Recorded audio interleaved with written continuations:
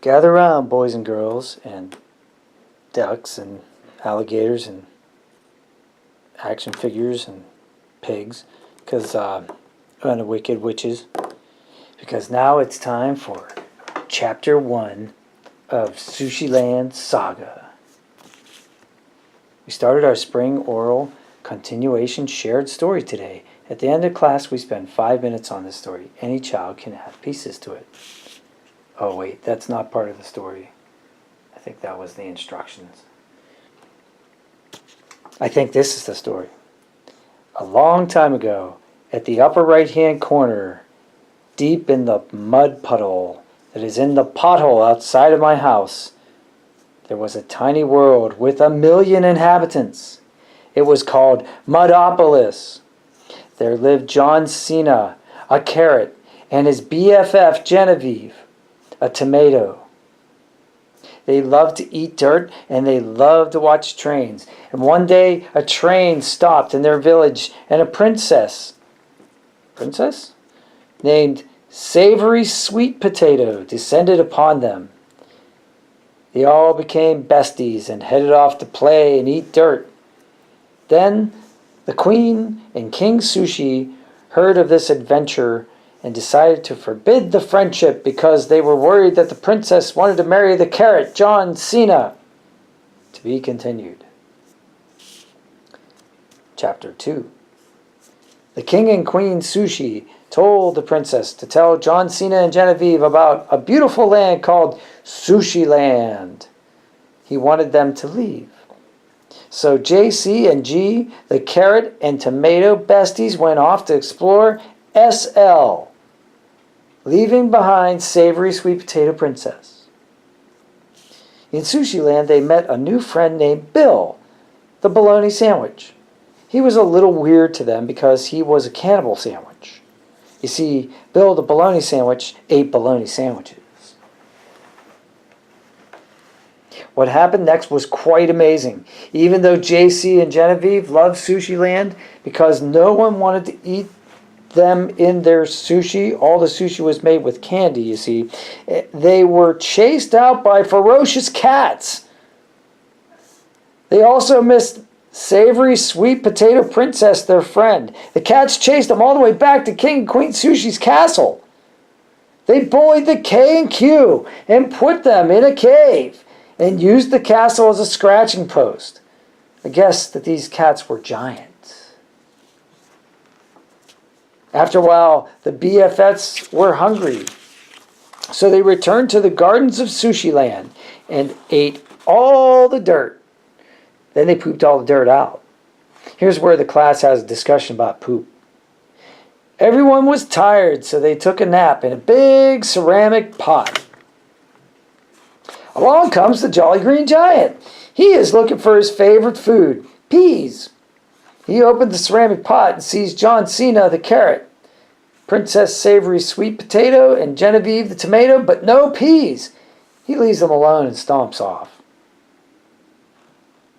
When he stomped off, he caused Mudopolis to shake, and a mighty earthquake started in the pothole. Many Mudopolis buildings were crushed, but no one was hurt. To be continued.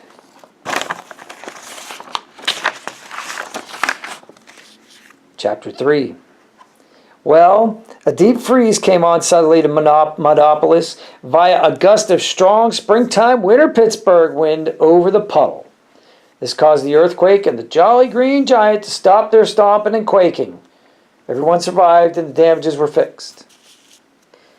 JC and GV and SSP gleefully went back to Sushi Land to defeat the Wicked Witch. See, I knew there was a Wicked Witch. Who is the Wicked Witch, you ask? The WW was one of the giant cats. He had a witch's hat and ruled all the other cats. During the battle, they realized that the big cat was good, and that it was the evil dog who was the Wicked Witch. I am so confused. Where did the evil dog come from? Anyway, the evil dog tried to eat all the cats, but the cats were smarter. They locked up the evil dog. The dog felt so sad when it was locked up that it started to moan and wail. It was so loud that no one could stand to listen to it anymore. So they realized that the dog was crying and whining because it was actually a nice dog. He was a cat in his former life, but turned into a dog because he did something mean when he was a cat. What did he do that was so mean? Pause for effect. The evil thing he did as a cat was that he destroyed all the couches in the couch store because he wanted to sharpen his claws. To be continued. Note, there are cat lovers and dog lovers and sushi lovers in this group of authors. Chapter 4. After years and years of searching, they found the evil person. It was a big piece of sushi, but there was something weird about the sushi. The fish that was in the sushi was rotten, thus causing the evilness to develop. After finding out the roots of the evilness, they tired of looking for the wicked witch and her evil friends. They wanted to play. So they started a search for the best jungle gym or natural gymnasium in all of Sushi Land. While they were searching, they stumbled upon some new friends who were meditating. They accidentally disturbed them, but the meditating people were wise and forgave. Seems like there's a missing sentence here. While they were leaving, someone else jumped up and disturbed the meditators. This time they were angry. So JC and Genevieve and SSP gave their new friends donuts, and everyone was friends again. To be continued. Chapter 5. The donuts were jelly-filled donuts, and that had a weird effect on all the new friends. That caused their stomachs to rumble. Soon all the characters in the story had to visit the outhouse. Since they were mostly vegetable people, their waste, manure, gave nutrition to the soil, causing flowers to grow suddenly. These special flowers were alive and had personalities. Now remember those meditators? They became angry again with all the new activity until the flowers became like them. The flowers joined the meditation group and they all proceeded to find their Zen again. All of a sudden, a new evil witch revealed herself. Her name was Miss Tara. She gave JC, SSP, and Genevieve a new kind of donut. This donut caused them to fall asleep for a whole season. She wasn't actually evil. She was a teacher who thought everyone needed to take a long, nourishing nap. When they woke up from their month-long nap, Ms. T forced them to make the best pottery in the pottery studio. All was relatively peaceful until one day an evil dragon smashed through the door. He wanted to help, but Miss T and the dragon started to argue. To be continued. Chapter 6. After a healthy debate about the merits of hand building versus throwing on the wheel, the dragons made up with Miss Tara and decided to work from home.